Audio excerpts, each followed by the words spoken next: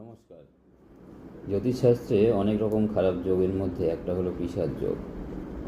আপনারা জানেন না যে বহু লোক অনেক রকম ব্যাপারে আপনাদের সঙ্গে হয়তো আলোচনা করেছে, কিন্তু পিশাচ যোগের ব্যাপারে এখনও খুব বেশি আলোচনা হয়নি।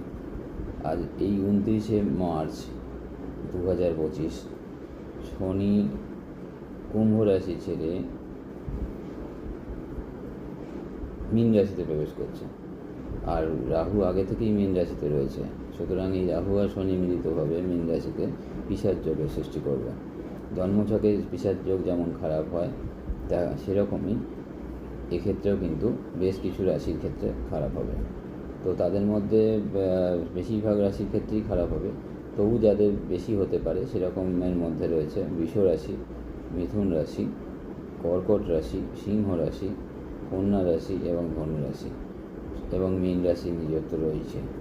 অর্থাৎ এই সমস্ত রাশিগুলোর কিন্তু এই সময়টা একটু খারাপ যাবে। সেটা 29শে মার্চ 2025 থেকে 18ই মে 2025।